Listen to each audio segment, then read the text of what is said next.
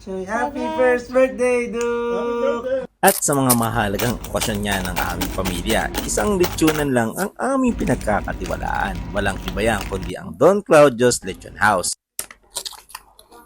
Grabe.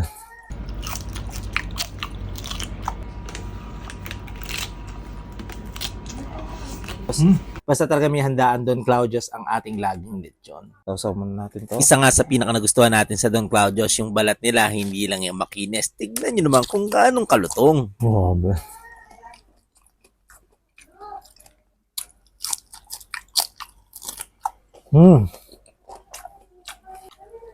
At isa pa nga sa pinaka-trademark ng Don Claudio, syempre yung kanilang lechon sauce na napakasarap.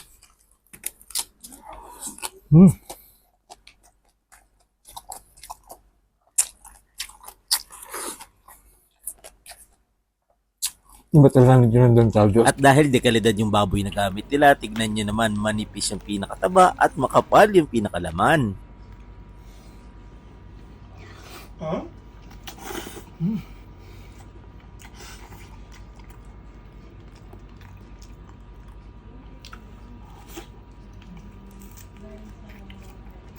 Grabe.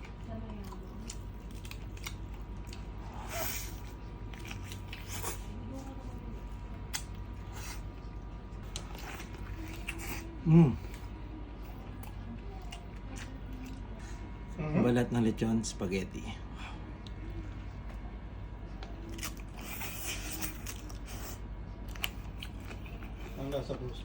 Perfect.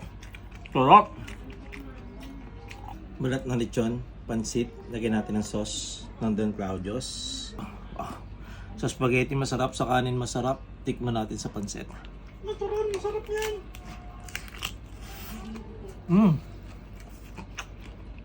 Grabe. Nagtatay ka nun.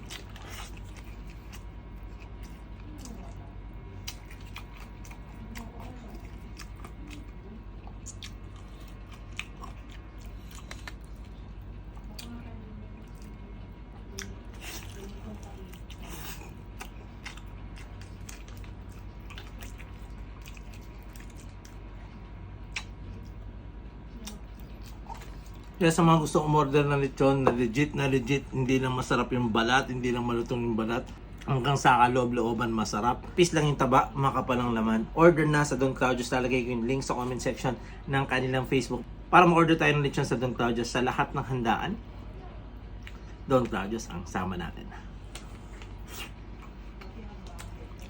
Thank you, Don Claudio.